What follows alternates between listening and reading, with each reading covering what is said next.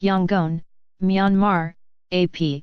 Pope Francis spends his first full day in Myanmar traveling to the country's capital Tuesday to meet with the civilian leader, Nobel laureate Aung San Suu Kyi, a day after hosting the military general in charge of the crackdown on the country's Muslim Rohingya minority.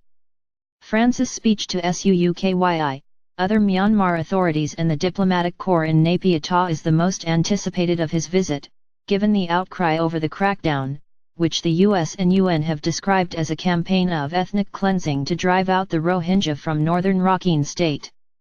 The operation, launched in August after Rohingya militants attacked security posts, has sent more than 620,000 Rohingya into neighboring Bangladesh, where they have reported entire villages were burned and looted, and women and girls were raped.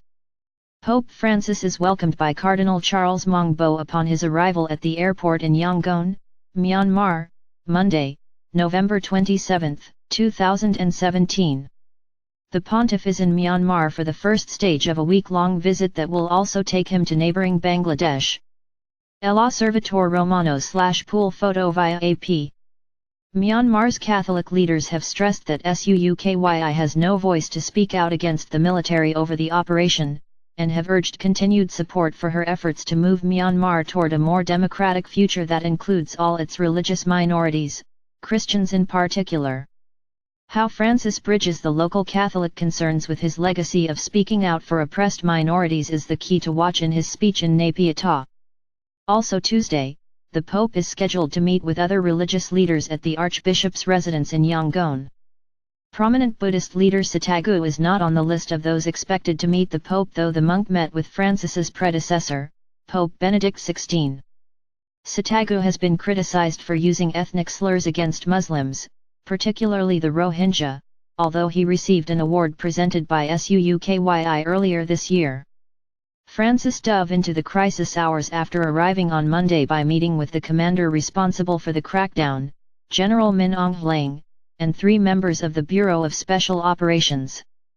The Vatican didn't provide details of the contents of the 15-minute courtesy visit, only to say that they spoke of the great responsibility of the authorities of the country in this moment of transition. General Min Aung Hlaing's office said in a statement on Facebook that he is willing to have interfaith peace, unity, and justice. The general added that there was no religious or ethnic persecution or discrimination in Myanmar, and that the government allowed different faith groups to have freedom of worship.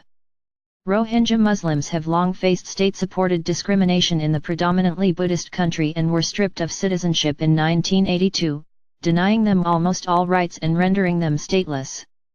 They cannot travel freely, practice their religion, or work as teachers or doctors, and they have little access to medical care, food, or education.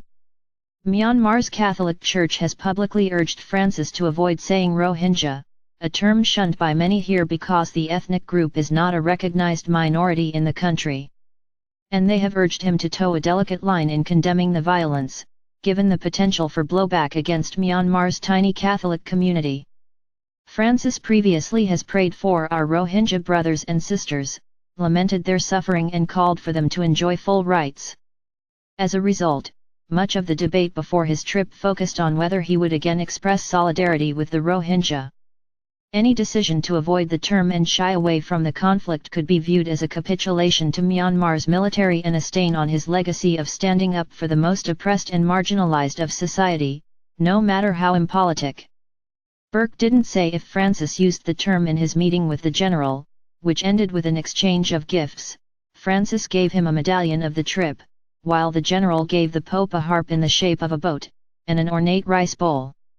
The papal trip was planned before the latest spasm of violence erupted in August, when Myanmar security forces responded to militant attacks with a scorched earth campaign that has sent many Rohingya fleeing to Bangladesh. In the Kutupalong refugee camp in southern Bangladesh, Sanu Era, 35, welcomed Francis' arrival for what he might be able to do for the refugees. He might help us get the peace that we are desperately searching for, she said. Even if we stay here, he will make our situation better. If he decides to send us back, he will do so in a peaceful way. But in Myanmar, the sentiment was different. The government and most of the Buddhist majority consider the Rohingya Bengali migrants from Bangladesh living illegally in the country, though Rohingya have been here for generations. Being a religious leader, Catholic leader, means that he is well regarded, but of course there is this worry if he says something, people might say, okay, he just came to meddle, said Burmese analyst Kin Zawin, a former political prisoner. So, I think a lot of diplomacy is needed, in addition to the public relations. Upon his arrival in Yangon, the Pope was greeted by local Catholic officials and his motorcade passed by thousands of Myanmar's Catholics, who lined the roads, wearing traditional attire and playing music. Children greeted him as he drove in a simple blue sedan, chanting Viva il Papa! Long live the Pope, and waving small plastic Myanmar and Holy See flags. Posters wishing Francis a heartiest of welcome lined the route into town. Associated Press journalists Min Kyi in Yangon and Rishavite Arjane in Kutupalong refugee camp, Bangladesh, contributed to this report. Pope Francis is welcomed upon his arrival at the airport in Yangon, Myanmar, on Monday, November 27, 2017. The pontiff is in Myanmar for the first stage of a week-long visit that will also take him to neighboring Bangladesh.